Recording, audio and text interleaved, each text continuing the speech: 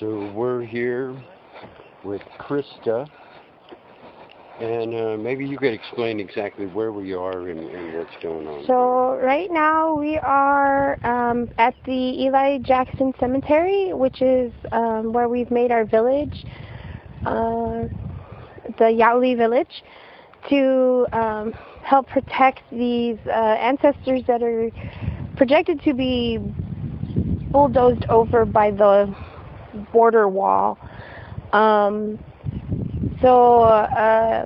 If you look, you can see our village.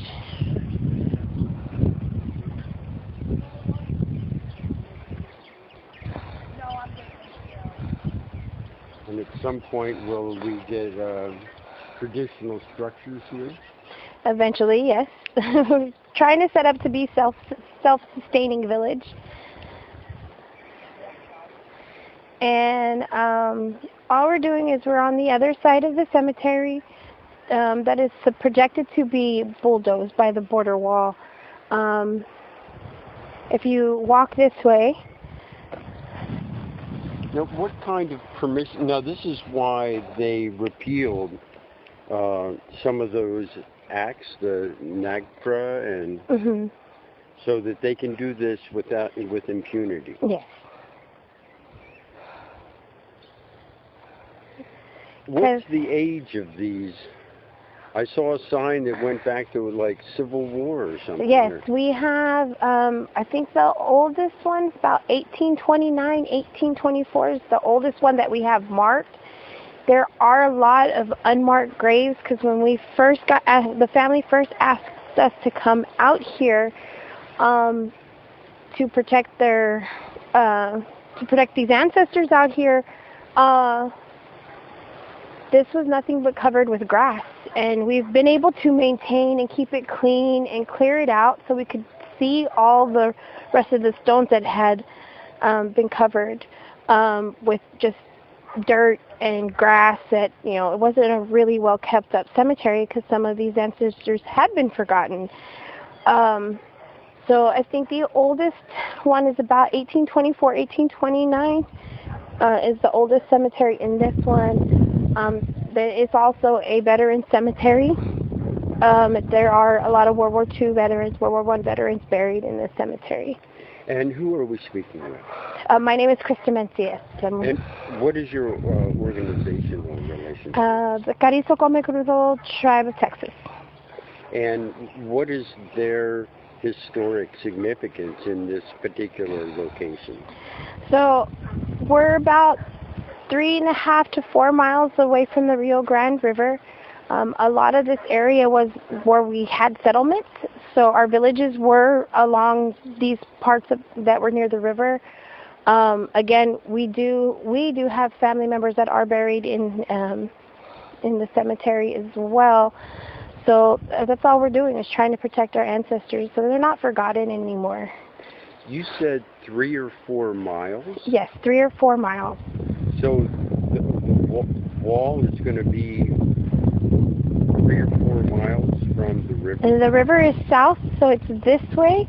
The levee is right here. The cemetery is right up against the levee. Just like at the Butterfly Center, how it'll cut the butterflies in half, that the wall is built up on the levee. Right here is the levee. And that is also where the wall is going to continue to be built. It is right up on this levee, which would extend from the levee all the way to the end of the road. So where we are standing now would be a border wall. So again, the wall is not being built on the border or at the border. It is being built about 3.5 to 4 miles from the river in some parts.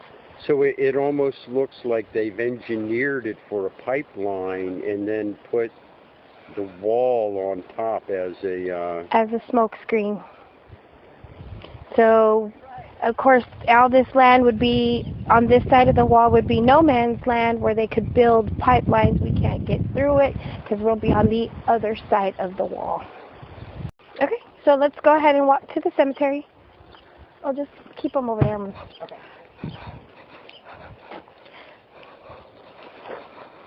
So we do have family members that are in the cemetery visiting their loved ones.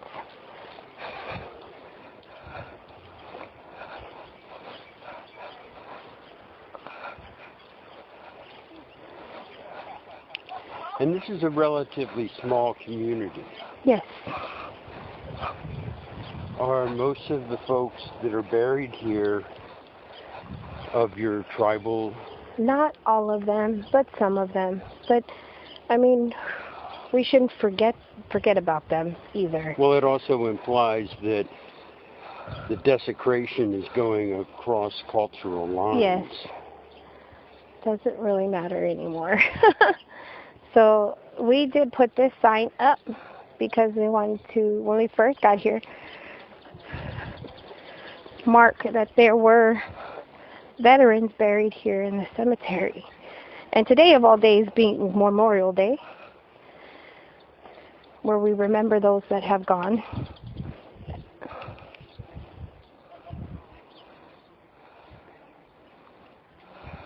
And so what we're looking at is that ridge is the levee. Is the levee, yes. So you can walk straight across and see how close we are to the levee.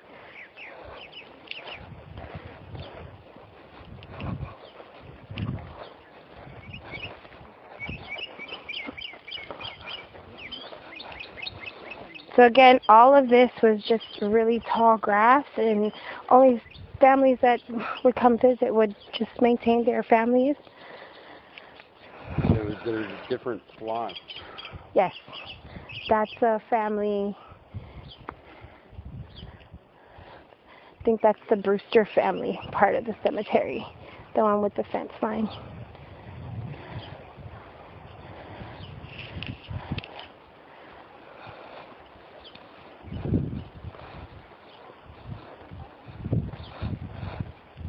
This is how close the cemetery is to the levee. Right there. So we're like 100 feet at the max. Mhm. And then there is a 200-foot easement on either side. Yeah, so here would wipe out the whole cemetery, where all the way basically to the road. To the road.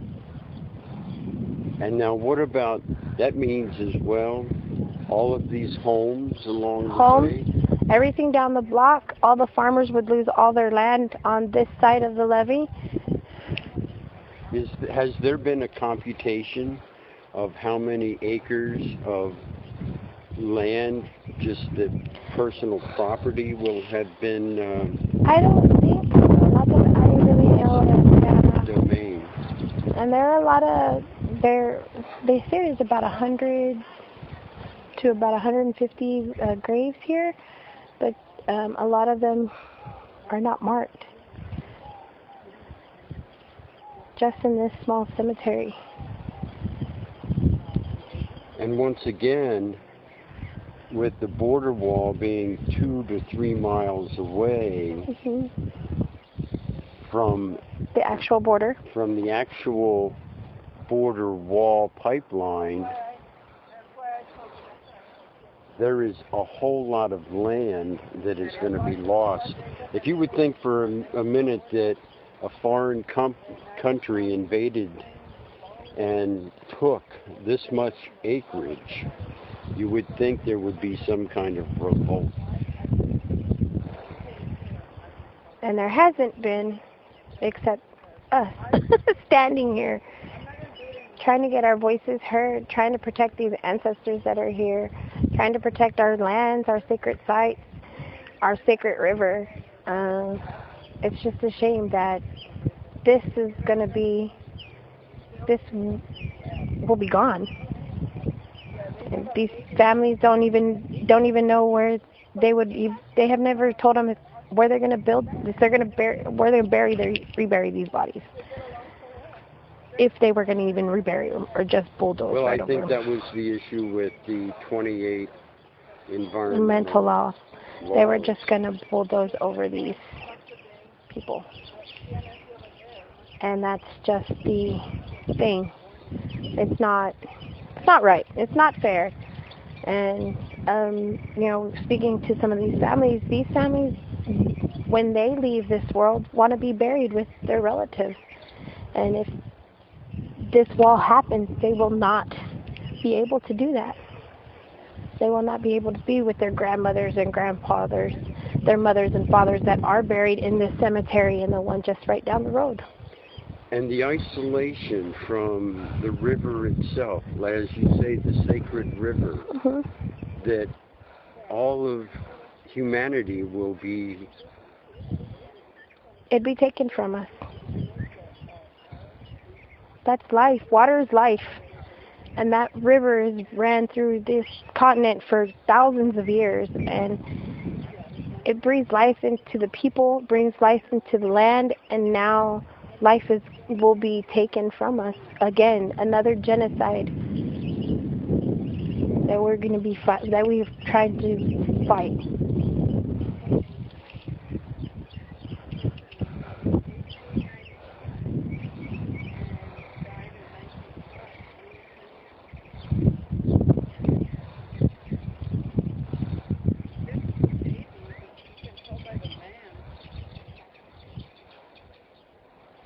So I have a picture of the cemetery back in like the early 1900s that was sent to one of the tribal members, and it shows a bunch of crosses, and it was probably during World War I or World War II era, but it showed, and it says that there was these wooden crosses. So there's one wooden cross that's in this cemetery. If you want to walk right over here.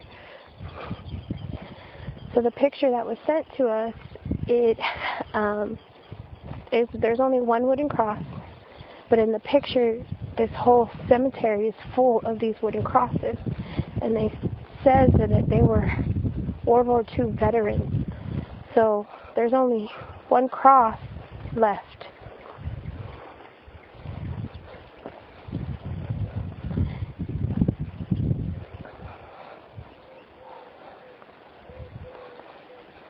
Out of the 7, I think, that are in the picture, there's only one left. Memorial Day 2019.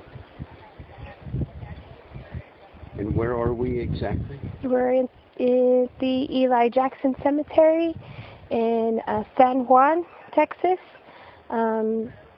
with the Yalui Village for the Carrizo Comecrudo tribe.